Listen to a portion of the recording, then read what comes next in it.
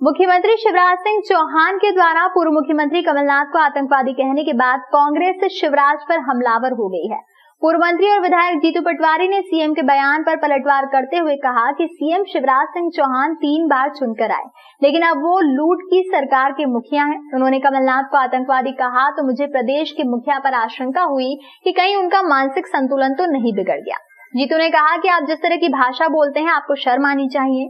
कांग्रेस नेता और पूर्व मंत्री जीतू पटवारी ने बीजेपी और सरकार पर हमला बोलते हुए कहा कि सीएम शिवराज सिंह चौहान नगरीय निकाय चुनाव में अपनी 18 साल की उपलब्धियां नहीं गिनाते।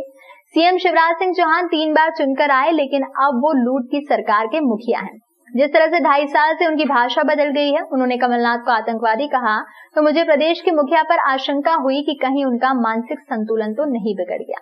जीतू ने कहा कि आप जिस तरह की भाषा बोलते हैं आपको शर्म आनी चाहिए। आप आतंकवादी कमलनाथ को कहते हो।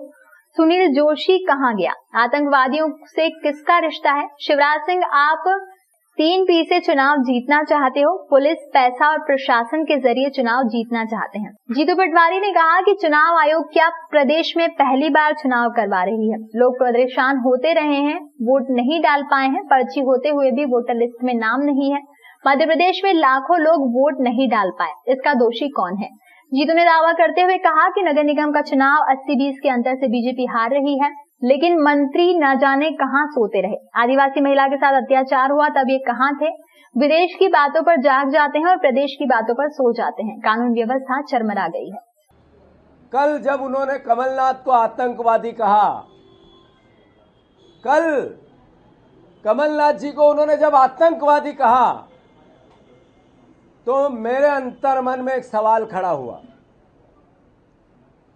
कि कहीं शिवराज सिंह जी को किसी भी मानसिक चिकित्सालय में जाकर अपना इलाज तो नहीं कराना चाहिए।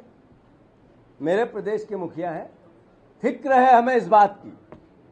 प्रदेश का मुखिया, मुख्यमंत्री हमारा है, प्रदेश का है, लूट का हो चाहे, पर प्रदेश के मुख्य पद पे है। जिस तरह के बयान आ रहे हैं इससे लगता है कि उनका मानसिक संतुलन का इलाज आवश्यक हो गया। मैं उनसे कुछ सवाल है मेरे कि आतंकवादी आप कमलनाथ को कहते हो, आतंकवादी आप कमलनाथ जी को कहते हो, और ध्रुव नारायण सक्सेना के साथ मंच साझा आप करते हो। आतंकवादी आप कमलनाथ जी को कहते हो, और बजरंग दल का सक्रिय कार्यकर्ता बलराम यादव पाकिस्तान से टेरर फंडिंग में जिसका हाथ था आपकी पार्टी का कार्यकर्ता है। कमलनाथ को आप आतंकवादी कहते हो। जयपुर में जिन हत्यारों ने, कसाईयों ने हत्या की, देखी पूरे देश ने, वो आपकी पार्टी का कार्यकर्ता है। आतंकवादी आप कमलनाथ को कहते हो। और कश्मीर में बीजेपी का कार्यकर्ता तालिबान हुसैन शाह बीजेपी का कार्यकर्ता निकला। शर्म आनी चाहिए शिवराज जी आपको। आप जिस तरीके की भाषा बोलते हो ये एक मुख्यमंत्री को शोभा देती है? आप पूर्व मुख्यमंत्री जिसके 45 साल तक जिसने देश की सेवा की, आपने लूट की सत्ता, खरीद की सत्ता बनाई, उनने मर्यादा रखी, कोई गलती नहीं की, लोकतंत्र को कायम रखा। और आपको अब इस तरह की भाषा, बकवास, अधिकारी अगर बीजेपी का कार्यकर्ता बन के बात करेगा तो क्या उसको किसी भी प्रकार का क्रिटिसिज्म विपक्ष नहीं करेगा तो कौन करेगा?